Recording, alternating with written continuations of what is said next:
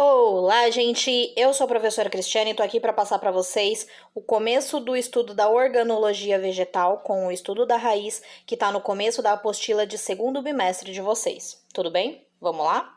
Começando o estudo da raiz, uma raiz típica é composta aqui em cima, onde já se conecta o caule, né? Vamos supor que aqui foi feito esse corte, daqui para baixo está para baixo da terra, daqui para cima é o caule da planta, tá? Aqui a gente chama de nó vital, é essa divisão entre a raiz e o caule. Daqui para baixo nós temos a raiz principal, né? A partir dela, o início das raízes secundárias, certo? É uma zona de ramificação, a gente chama essa região onde surgem as raízes secundárias, a gente chama de zona de ramificação, tá? Porque acontece exatamente isso, a raiz principal começa a se ramificar em raízes secundárias, terciárias, etc. Tá? Começa a formar raízes mais fininhas a partir de uma raiz principal. Para baixo, nós temos essa região que é chamada de zona pilífera, tá? Nessa região existem pelos absorventes. Tem essas projeçõezinhas assim, né? Nem sempre elas são tão compridas, às vezes elas são menorzinhas, mas é uma região com muito mais pelos. A raiz, ela serve para absorver água e nutrientes da terra para poder levar para as folhas para fazer a fotossíntese. É esse o objetivo principal, né?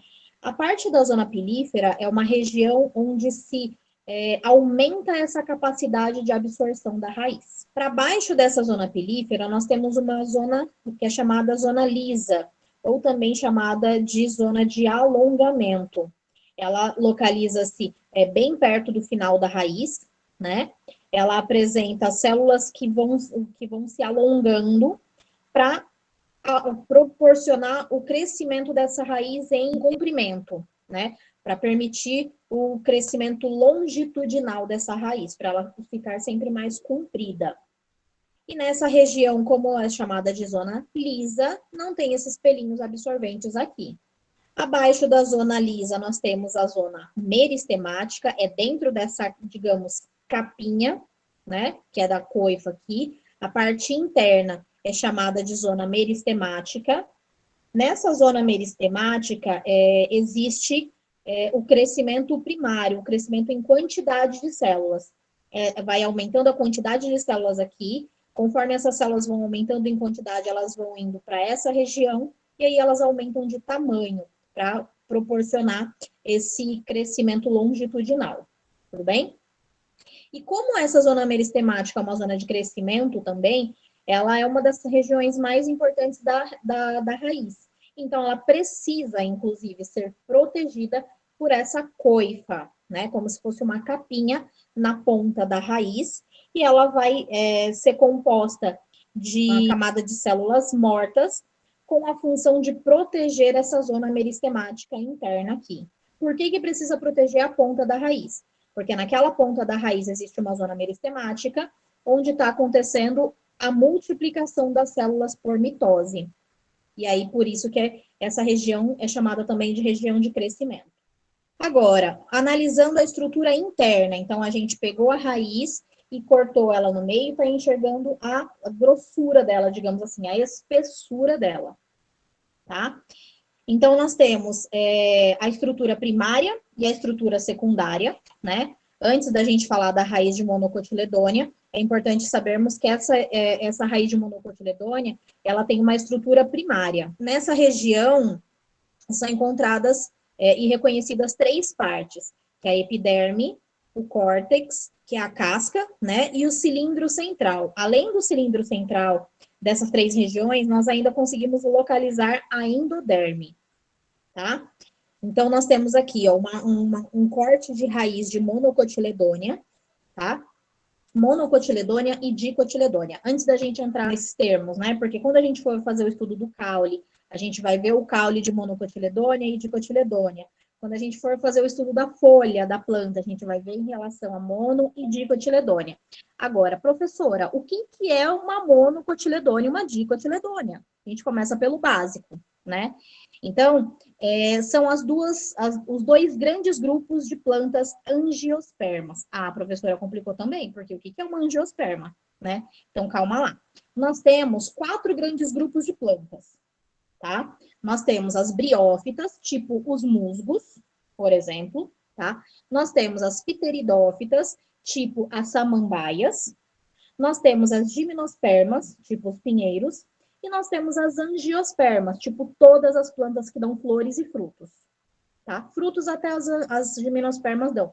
Mas as angiospermas são compostas de todas as plantas que dão flor, tá?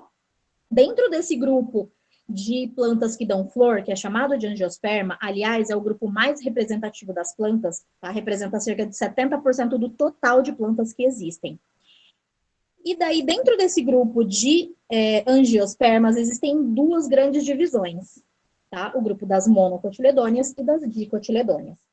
As monocotiledôneas vão ser plantas que dão flores e que a semente é composta de um cotiledone só, uma partezinha só, tipo o milho, tipo o arroz, tá?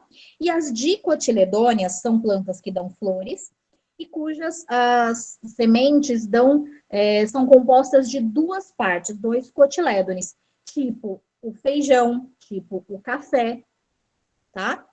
Então, para a gente começar a fazer essa introdução desses termos da botânica aí para vocês. Então, falando de uma raiz de monocotiledônia, vamos supor que a gente esteja vendo uma raiz da planta que dá o arroz, tá? Analisando a espessura dessa raiz, né, e analisando em um microscópio para a gente poder ver as estruturas celulares, a gente tem de fora para dentro essas estruturas que estão aqui nessa imagem, tá? Então, bem na superfície, a gente tem a epiderme, logo para dentro, a gente tem essas células um pouco mais amareladinhas, elas são o córtex.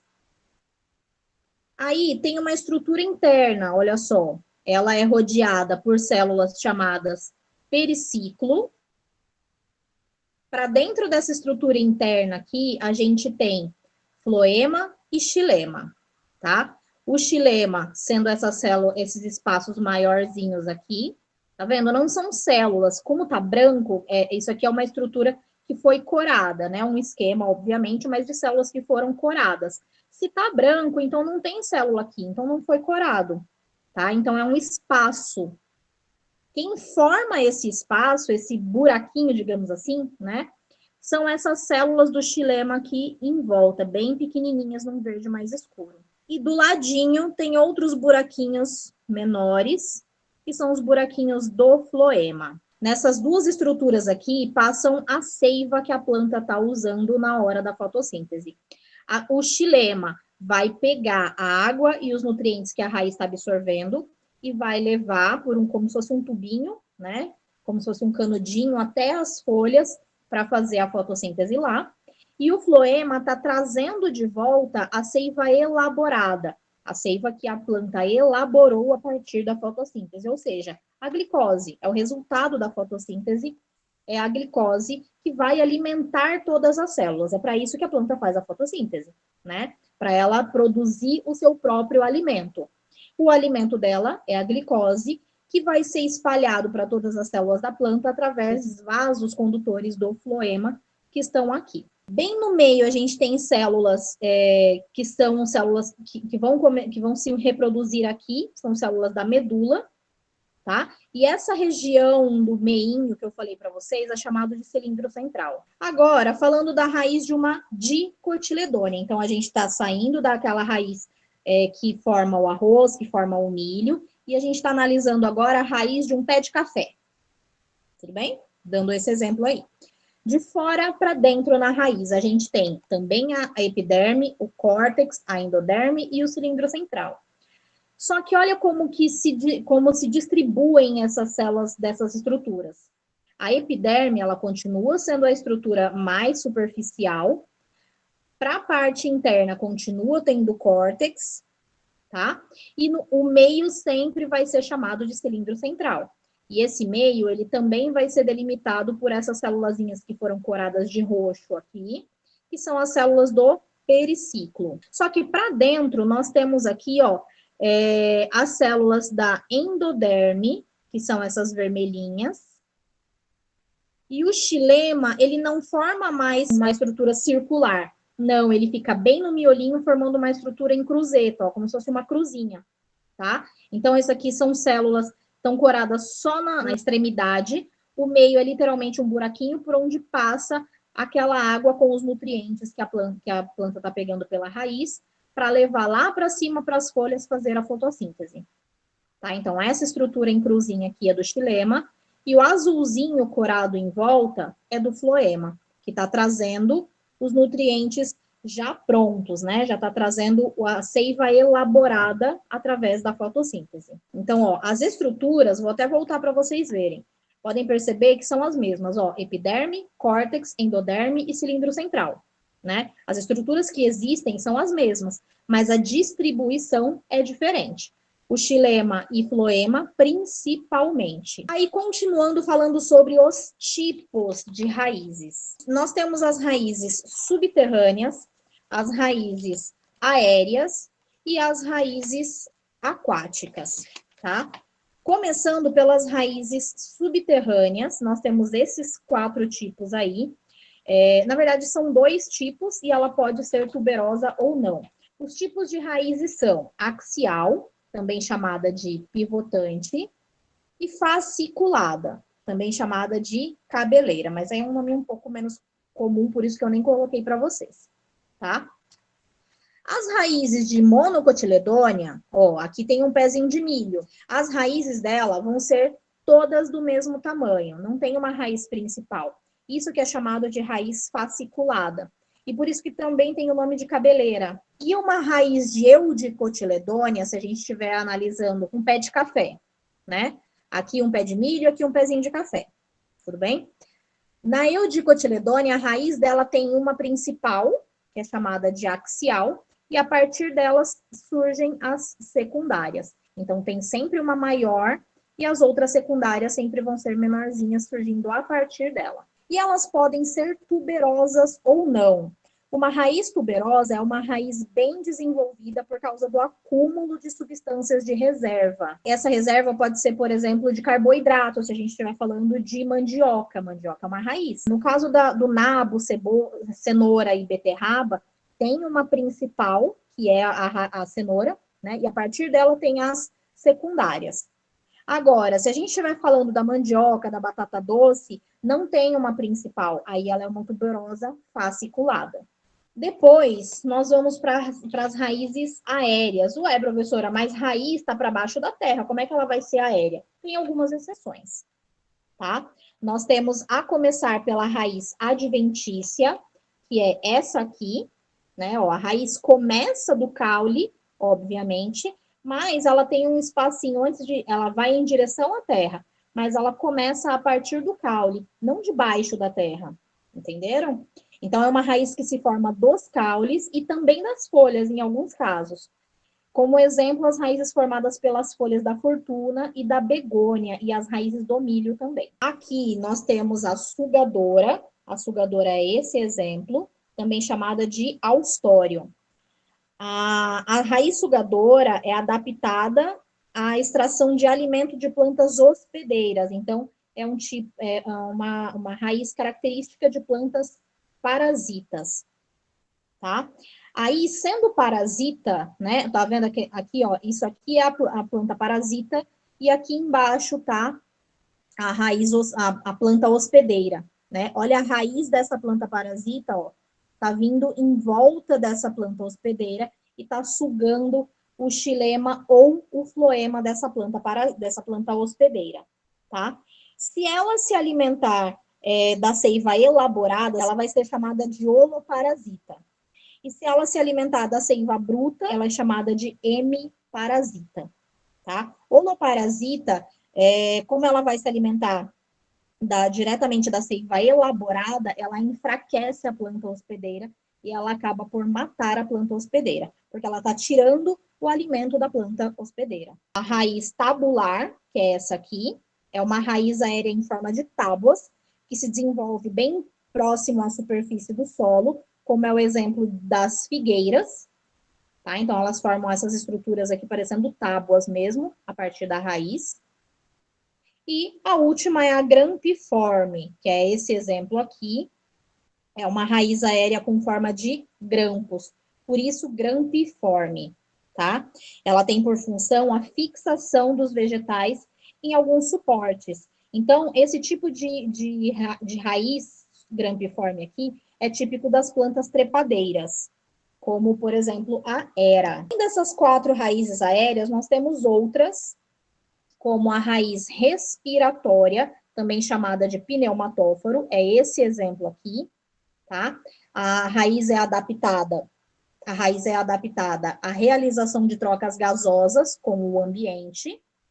É encontrado, por exemplo, na Avicennia tomentosa, que vive em solo encharcado, com pouco oxigênio no solo, né? É típico de planta de manguezal. Percebam que ela está crescendo na direção do solo, mas ela cresce bastante para fora da terra ainda. Depois nós temos o tipo de raiz suporte ou escora, que é esse tipo aqui, nessa imagem.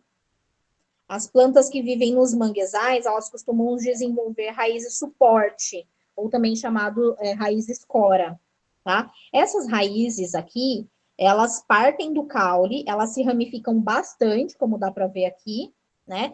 E atingem o solo, e quando elas atingem o solo, elas melhoram as condições de fixação. Então, isso aqui acontece muito nas plantas de manguezal também, porque uma região de mangue é uma região que sofre muito com as marés, maré alta com a maré baixa, né? Quando a água está invadindo o mangue, quando a água está saindo do mangue. Então, ela se ramificando dessa forma em volta, ela acaba dando um maior suporte para a planta não tombar com a maré alta, por exemplo. Como exemplo de planta que tem essa raiz suporte, nós temos a espécie Rhizophora mangue, que também, que, como eu disse para vocês, é muito comum dos mangues, tá? A raiz do tipo estrangulante é essa daqui, tá? A raiz dos vegetais não parasitas, apesar de parecer que isso aqui é uma planta parasita, dessa outra aqui, não é, tá? Elas vivem sobre as outras plantas e envolve essa outra planta com a raiz para crescendo em direção ao solo. Comumente, ela apresenta um crescimento secundário bem pronunciado, né? Ela fica bem grossona, as raízes aqui, certo? O crescimento em espessura da raiz fica bem grande. Ela acaba fazendo pressão na planta hospedeira. Dá até para perceber que a planta hospedeira aqui embaixo, ela está meio que fazendo uma pressão e apertando, literalmente. E aí, por isso que ela vai estrangulando os vasos condutores da planta hospedeira e ela acaba por matar a planta hospedeira. Um exemplo de planta que tem essa raiz estrangulante, né, é o cipó mata-pau. Apesar de não ser uma planta parasita, ela estrangula o caule ou a raiz dessa outra planta que acaba morrendo. Por último, de raiz aérea, as raízes cintura, que são raízes aéreas, como é o caso aqui, das plantas epífitas, e elas abraçam o caule da planta que ela está usando para suporte, né? Essas plantas que são chamadas de epífitas, como por exemplo a orquídea, né? Esse aqui é um exemplo de orquídea. Ela não cresce lá embaixo direto na terra, ela precisa de bastante luz para fazer a fotossíntese dela. Então ela acaba se desenvolvendo nos caules, nos galhos mais altos de outras plantas, para ela ter mais acesso à energia luminosa do sol, para pegar essa energia luminosa e fazer a fotossíntese dela. Então ela também não é parasita. Ela seria parasita de outra planta se ela pegasse a seiva bruta ou elaborada, tá? Mas não, ela só usa aquele galho daquela outra planta como um suporte, certo? Nas raízes aéreas das orquídeas existe uma epiderme que é adaptada à absorção de água e ao controle de perda dessa água, né? Então, a raiz, ela pega a água, a raiz faz a planta inteira faz as suas próprias funções, tá? Então, ela só tá ali em cima da outra planta para abraçar, né, essa outra planta e usar de suporte para ela ficar mais alta, digamos assim.